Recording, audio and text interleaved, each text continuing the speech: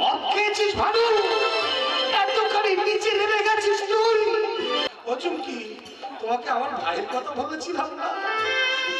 এই আমার সেই ভাই, জানো চুমকি, তোমাকে ওকে শিখেছে, নাম তোকে শিখেছে।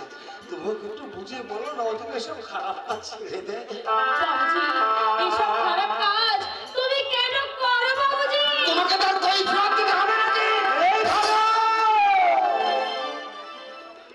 ভানু রে, তোর ঘাড়ে কি ভূত চাপলো রে ভাই? এই ভালো কথা কেন শুনতে চাস না? তোকে নিয়ে যে আমার অনেক আশা, অনেক গর্ব।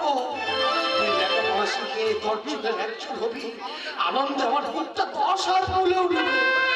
আমি সবার কাছে চিৎকার করে বলবো, ও আমার ভাই, আমার। কে তোমার ভাই? আমি তোমাকে চিনি না। কি বললি? চিনিস না? ও চুমকি, কত বড় বেঈমান লাগবে, কত বড় বেঈমান, যাকে নিজের জীবনের চেয়ে বেশি ভালোবাসি। আমার সে ভাই বলছে আমাকে চেনে, আমি নাকি ওর দাদা নই, ও নাকি আমার ভাই না। তুমি আমার দাদা নও, আমিও তোমার ভাই নই। আমি তোমাকে চিনি না, আর কোনোদিন দেখেছি বলে মনেও হয়। একটু দাঁড়া না ভাই, কতদিন পরে তোকে। বাবুজি, বানু রে, ও বানু, বাবুজি, বানু রে, চলে গেল চুমকি।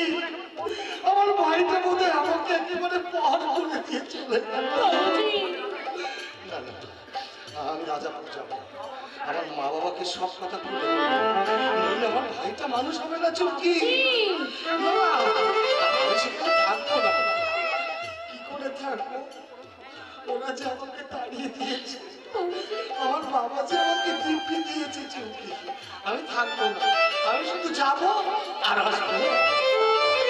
যে তোমার প্যাকেট কাজ করে চলে গেল, তার জন্য তুমি এত ভাবছো বাবুজি? আমি যে দাদা চুমকি, বাবুজি, ও চুমকি, ও আমাকে ব্যথা দিতে পারে, কিন্তু বড় হয়ে আমি কি তাকে ব্যথা দিতে পারি চুমকি? পারি না বাবুজি, তুমি মানুষ নও বাবুজি, তুমি দেবতা। আমি দেবতা হতে চাই না গো চুমকি। দেবতা হওয়া এতটুকু সাধ আমার নেই।